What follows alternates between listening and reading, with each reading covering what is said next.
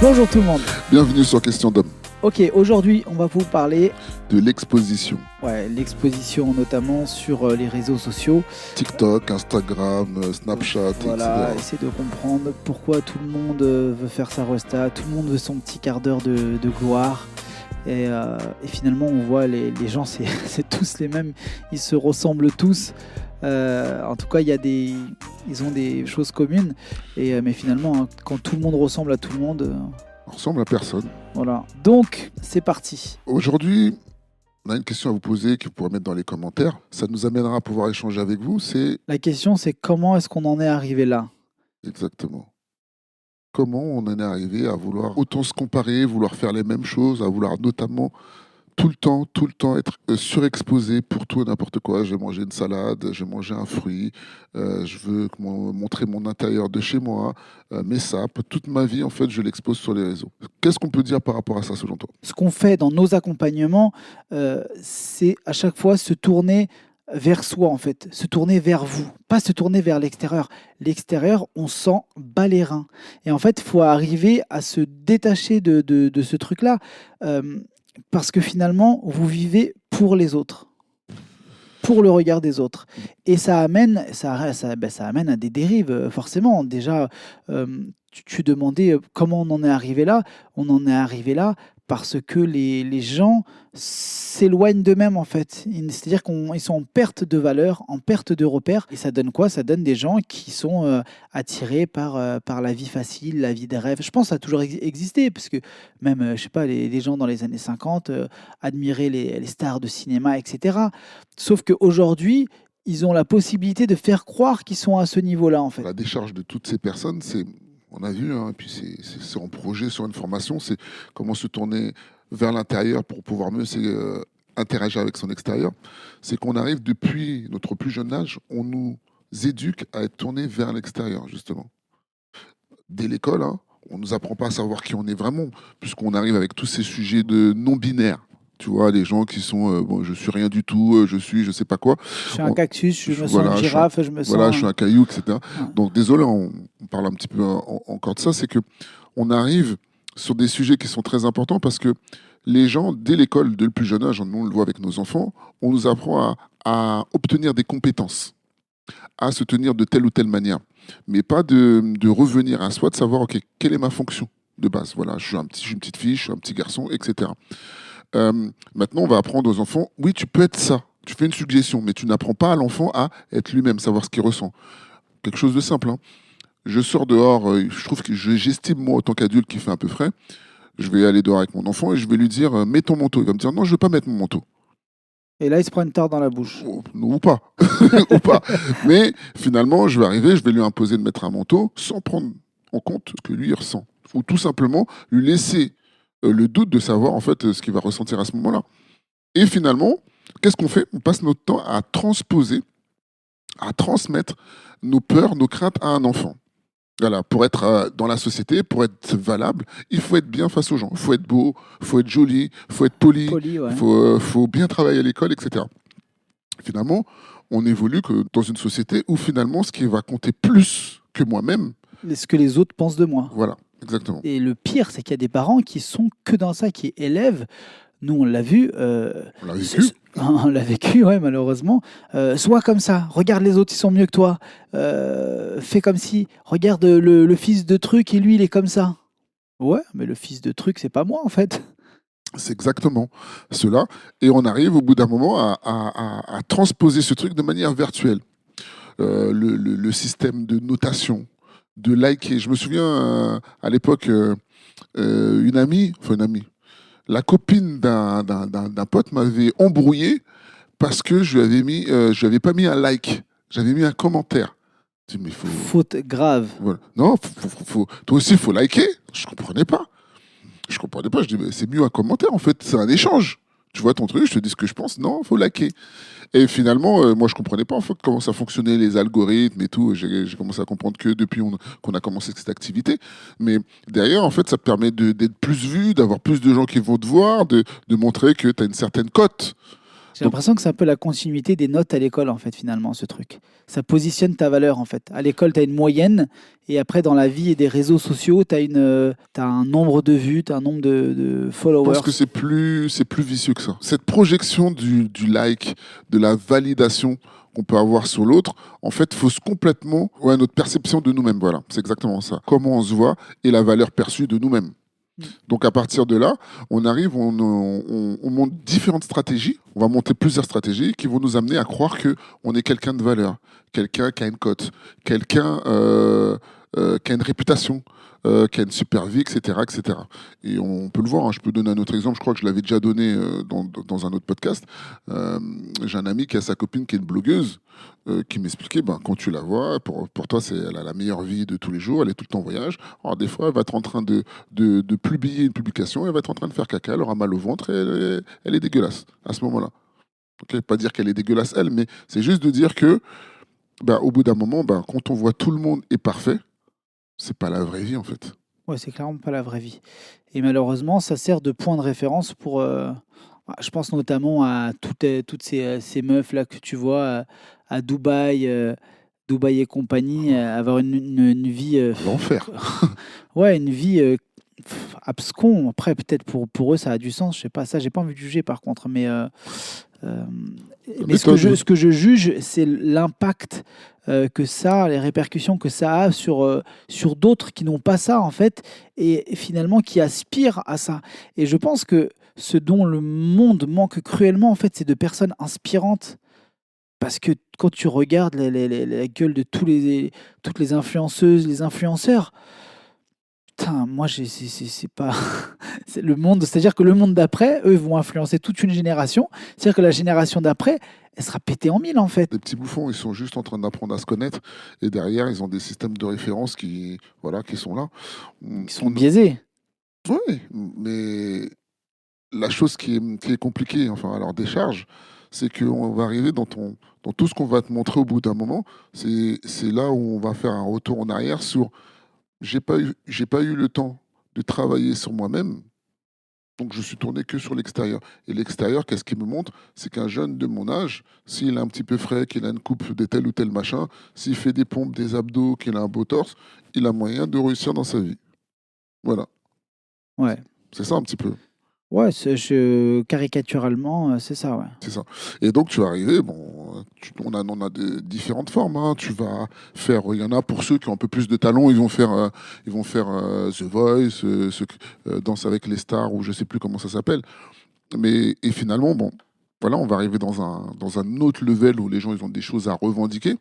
Mais on est toujours sur la même idée en fait, Sur l'exposition, sur l'exposition. se montrer. Ouais. La problématique, c'est que les choses vont tellement vite, puisqu'on va parler un petit peu comme des vieux cons. Et c'est ce qu'on disait tout à l'heure quand on parlait de l'argent, tu vois, Ouais. qu'il n'y a jamais eu autant d'argent sur la planète, Mhm. parce qu'il y a de plus en plus d'exposition. Qui dit plus d'exposition, dit que plus d'argent, tout simplement. Et voilà, plus de consommation, etc., etc.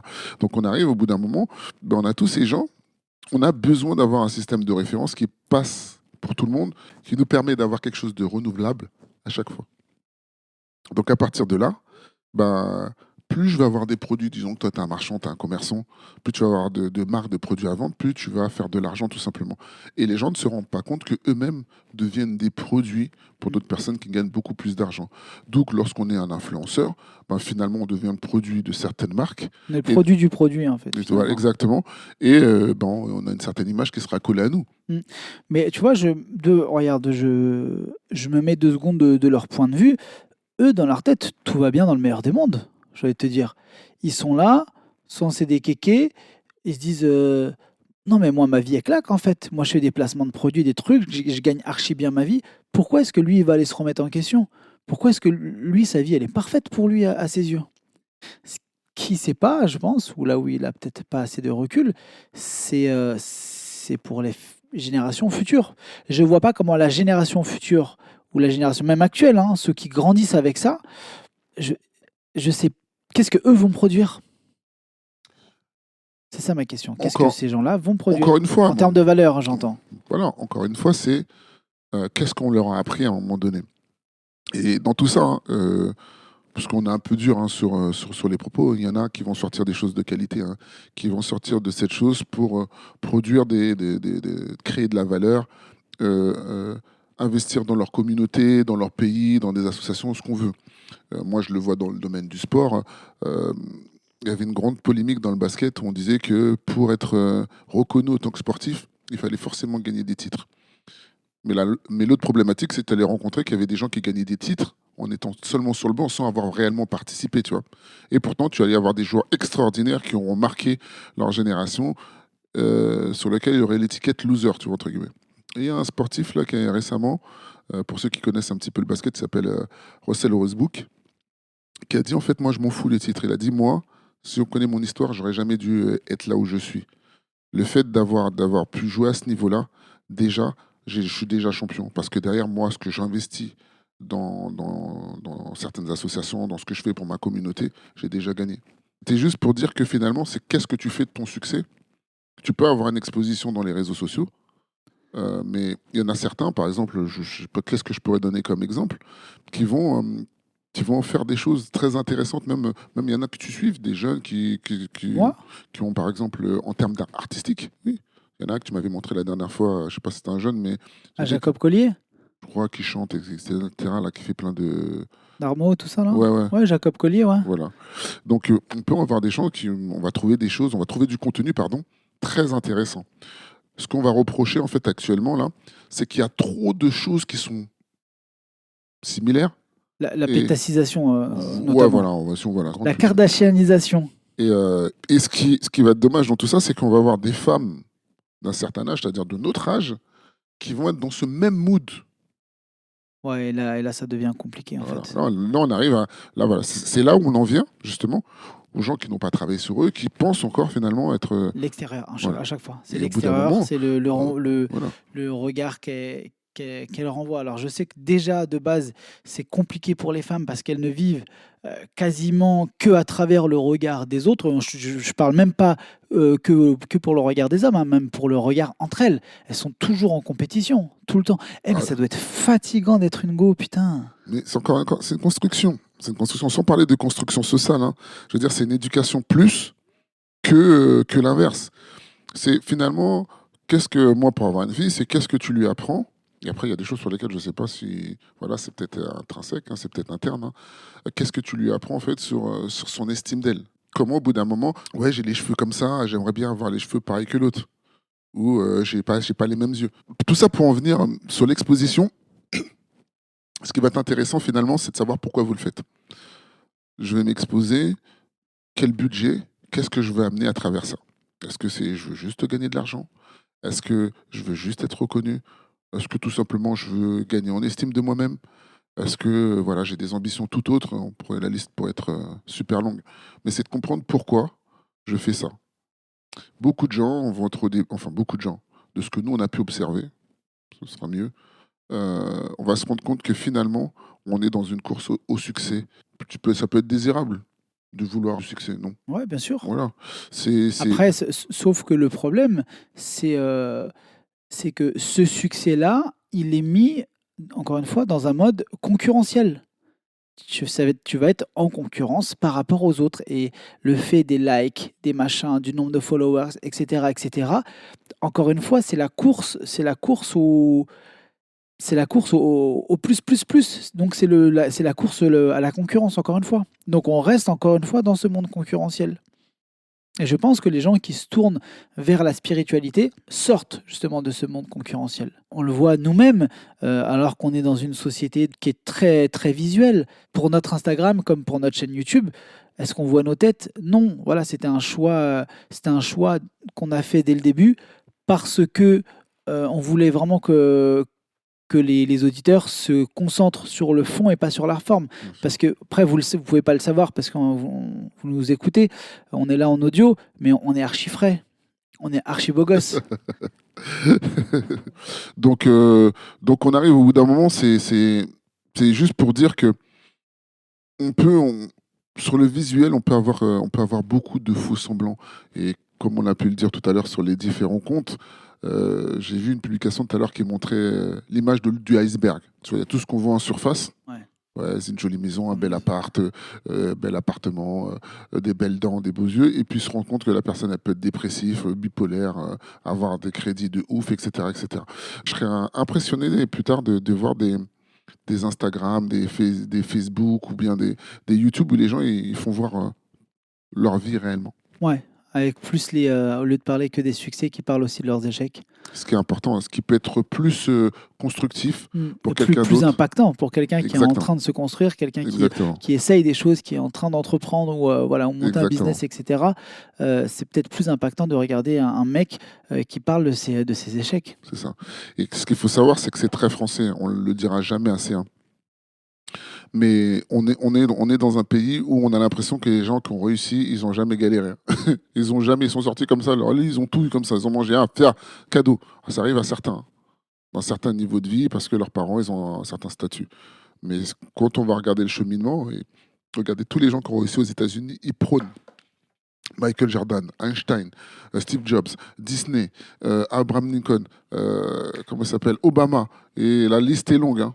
Et les gens, ce qui vont parler de leur succès, ce qui leur a amené, c'est leur échec. C'est pourquoi ça a été difficile à un moment. Quand je me suis fait défoncer à ce moment-là par tel ou tel sportif, parce que les professeurs ont dit ça de moi, parce que je me suis fait virer, etc., etc., etc. En conclusion, si vous voulez faire le beau, le kéké, tout est possible. Vous avez tous les outils pour aujourd'hui. Tout est fait pour. Maintenant, nous, on vous invite à quoi? On vous invite, au lieu d'être tourné vers l'extérieur, essayez de vous tourner vers l'intérieur. On vous assure, on vous jure que les années, les décennies et les siècles à venir seront forcément tournés vers l'intérieur. Forcément. Pour plein de raisons qu'on exposera dans des prochains podcasts, mais forcément. D'ailleurs, on le voit là, par l'avènement du podcast. Hein. Le podcast, c'est quelque chose qui se consomme, qui s'écoute. Il n'y a plus de visuel. Et c'est en train de péter tous les scores, les podcasts. À tous les niveaux. On voit même avec le succès de l'application Clubhouse, etc. Bon, bref, tout ça pour dire, quoi qu'on pense, quoi qu'on dise, et quoi qu'on fasse, restons nous-mêmes. les autres sont déjà pris.